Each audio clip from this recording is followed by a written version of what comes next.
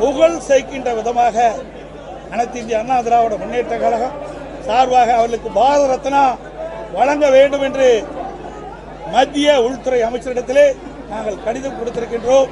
அவர் தேசிய தலைவராக ஒருவர் விளங்கியவர், மக்களுக்காக பாடுபட்டவர், நாடாளுமன்ற சட்டமன்ற உறுப்பினராக பணியாற்றி மக்களுக்கு தொண்டாற்றியவர்.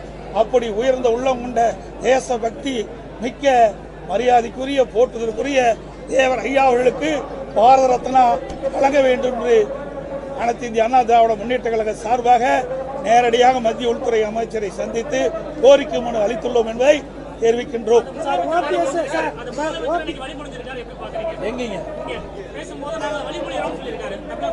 இது ஒரு உயர்ந்த இடம். தேவரையா என்பது அனைத்து மதத்தை சார்ந்தவருக்கும் ஜாதி சார்ந்தவருக்கும் பொதுவானவர். தேசபக்தி மிக்கவர், தேசத்துக்காக பாடுபட்டவர், மக்களுக்காக பாடுபட்டவர். அப்படி இருக்கின்ற ஒருவருக்கு அனைவரும் புகழ் சேர்ப்பது பெருமைக்குரிய.